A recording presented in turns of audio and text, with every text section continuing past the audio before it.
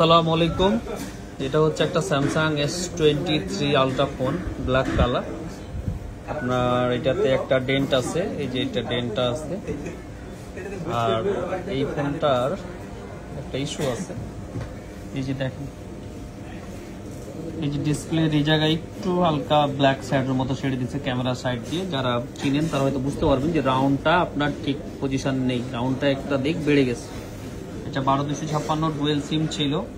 তো আমরা যখন প্রোডাক্ট বাইরে থেকে আনি তখন দেখা যাচ্ছে যে চেক করে আনা হয়, তারপরে মাঝে মধ্যে এই ধরনের প্রোডাক্ট চলে আসে।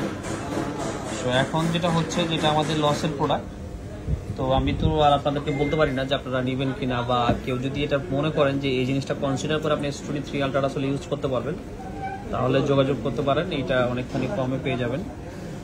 স্যামসাং S23 আলট্রা 12256 ডুয়েল সিম, একটা ডেন্ট আছে এই কর্নারে, এই যেটা, আর হচ্ছে যে ডিসপ্লের এই যে ক্যামেরার রাউন্ড সেক্টর এখানে একটু হালকা কালি ছেড়ে দিচ্ছে।